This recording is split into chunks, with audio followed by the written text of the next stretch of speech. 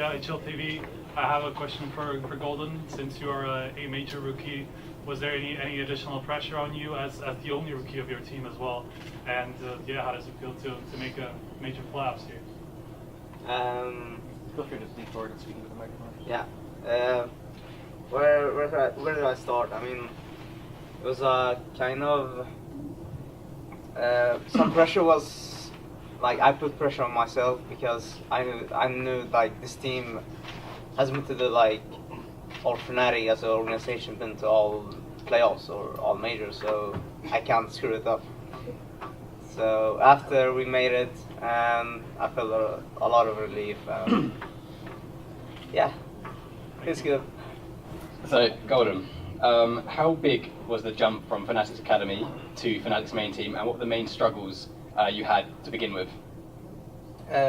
We had struggles in the academy. Was like more of people didn't take initiatives. I could call something, and I had to call the next step for them, and that was the thing that made it even harder for me. I had to call such a structured way that I had to control everything. They couldn't do stuff on their own, or they did it, but the decisions wasn't good enough. Or yeah, it was harder when we played against better teams because they outplayed us each time. And yeah, I think now just when I call something, the players know what to do, and they have been in this situation so many times. It's easier for them. Brilliant. Thank you very much. Dustin Steiner, Unicorn. Let's see, this one's for Waterfalls. Do you guys worry about your map pool depth now that you're in a best of 3 situation? No, I think it's maybe many people think it's really a problem for us, but we really have more prepared maps, which everyone think. I think. Okay, this question is for Jake Stewie. How you doing? Justin from Otakus and Geeks. And the question is, each major you guys go further and further and further. So what do you think is the success of, what do you think is the success for Cloud9? Is it the strategy, team chemistry? It's kind of hard to say. I think we play really well together as a team, the 5 that we have right now. So I think that's why we kind of pushed ourselves a little further. Last major, we did the same thing. We were down 0-2, we came back 2-2, got knocked out by VP. And this time, I think we come back with the with a stronger lineup. So we did the same thing. We came back 2-2, and we were strong enough to pull it back to 3-2. So it kind of shows how much stronger we are as a team. The last day was obviously pretty rough for you guys. So you know, losing train to QBF at the start, and then finally getting into the playoffs. So tell me how the mood of the team was throughout the day as the results came in, really. Well, it was for sure like a roller coaster, I would say, of emotions. We were like happy to get QBF. Everybody was already writing us that, yeah, you made it to playoffs first time, nice Chris, good job. And we also felt we had to win against them, right? So when we lost that game, the mood was, well, we were totally destroyed, I would say. We didn't know what happened to us. But because we had a long break, everybody just relaxed. We started to realize that we're still in it. We can still beat any team that's left in the pool. So I think everybody got like motivated again. And when we started the game against Space Soldiers, nobody was thinking about the previous match anymore. It was like it was a new day, and we were ready to fight again.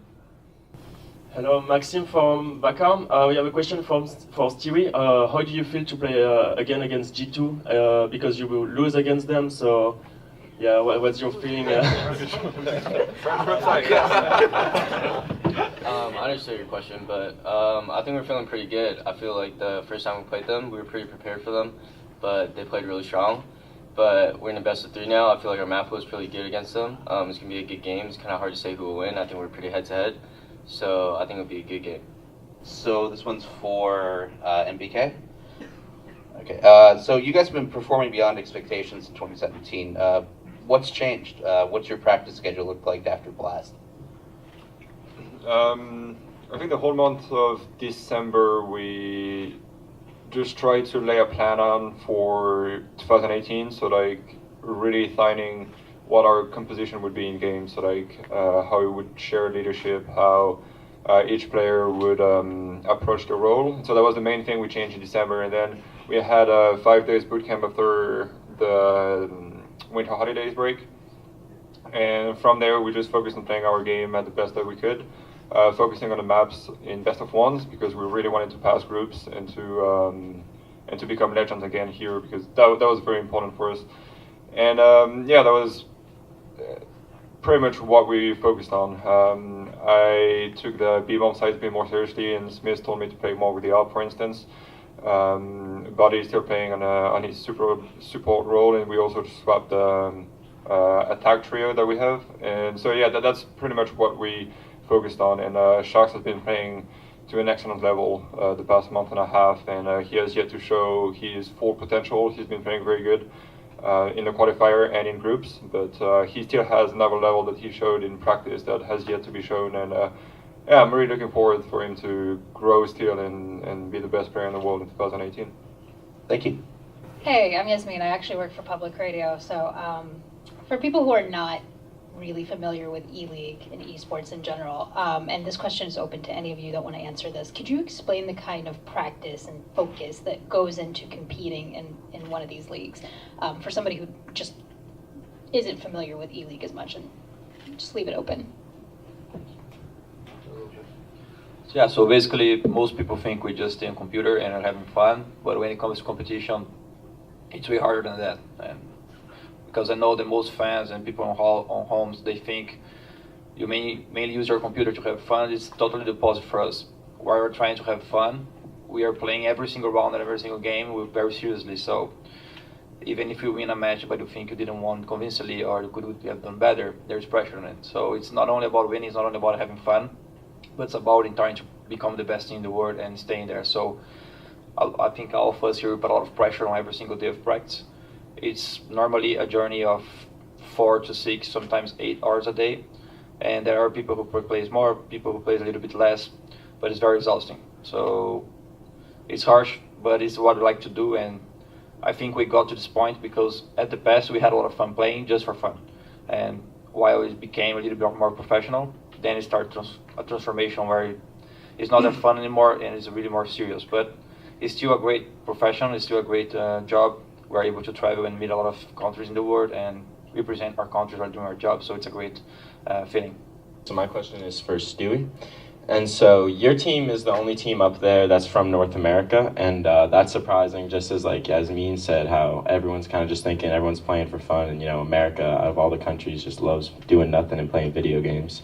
So do you find a lot of pressure just being in your own home country and kind of fighting for just winning? I don't think there's too much pressure. I feel like pressure is always a thing that you put on yourself.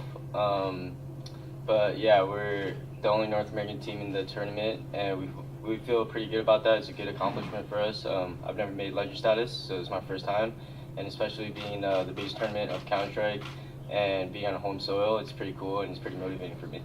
Hey, you guys, Justin, this is open to anybody. Now, as you guys are entering the semifinals, how do you prepare for your opponents? Do you guys watch tapes? Do you understand the opponent's type of style? Sure.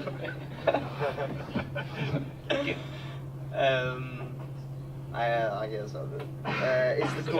It's the quarterfinals. I mean, I guess we both we're gonna face SK, and they know we're gonna look, and we know they're gonna look at demos, and we're gonna analyze each other. Are we? Yeah. I'm sure you are. And yeah, I guess we just look at what they do, and in the end it's gonna come to mind games a bit. Or are we? Why did you ask that? I'm scared now. Hey, Milan Schrader again. I'm going to direct this to Rain since he hasn't had time to talk yet. Since we've had the fewest returning legends, only 2 teams now reclaimed their legend status at the major. Well, what do you think this comes down to? What do you think is the reason here? I think that in Krakow there was a lot of upsets and a lot of teams that should have gone through, like us, didn't go through.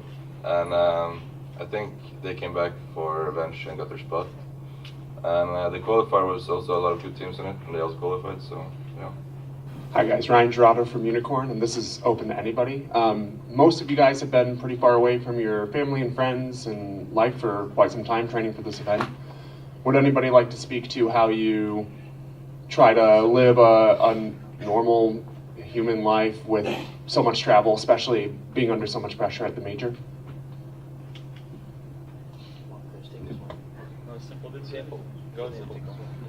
I mean, it's really hard to go on tournaments every time. Not a lot of time to spend with your friends or family, but when tournament finish, you know that they're waiting for you. So you just coming back home, spending like 1 week together, and it's an out because you know it's your job, it's your dream to become champions and legend team. So you just spending all your time on this beautiful game. Thank you. This is questions for anybody. What are you guys' thoughts on Virtus Pro? Seeing as how they went 0-3 this major, and it's the first time they won't be legends. So, what do you guys see in the future for them? For anybody?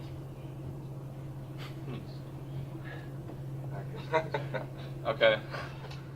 Well, I think the problem in Virtus Pro is not really any of the individual players. I think they could all still play on a good level, but there's something wrong in the team. They have some, I don't know, issue, or people are maybe angry at each other for some reason that makes them not be able to work together anymore. They're not able to perform at their usual level anymore. So I don't know if that means you have to change the lineup, but sometimes it's the only solution. Maybe they can also like somehow reconcile and be like a happy family again, and then suddenly they can be back, right? But I mean, it's really hard to judge what's their problem from the outside, I think. Just to point something out, that's funny on esports, because in soccer or football or basketball, you can change a player, can change a piece, and it's easy. It's not working well, or he had a fight with someone, or he suddenly doesn't want to play for that team anymore. You just change a piece and the team can keep working. On Counter-Strike, if you have a fight with someone, it's very difficult to find another replacement. There's a lot of things to change to really bring him to the team. So when you start thinking, oh, should I change the lineup? There's a lot of things to consider. It's not easy to replace someone. And on the Virtus Pro case, in my opinion, they are the team that everyone looks for because they have been together for 5 years, which is the longest anyone has been in Counter-Strike, in my opinion. And I think it is. And I think it's the case. I think they just lost the joy of being playing together. And in Counter-Strike, it's a very mental game. If you don't have the desire to be at the side of someone, I think you go to your game as well. You don't want to be playing with someone, so in game, you don't really want to be cooperating, communicating too much, and stuff like that. That's why I think Virtus Pro is being damaged right now. But that's just an outside opinion. I could be very wrong. My question's for Simple, John with ELC as well. If there was a 9th team that was up there, what team do you think deserves the 9th spot?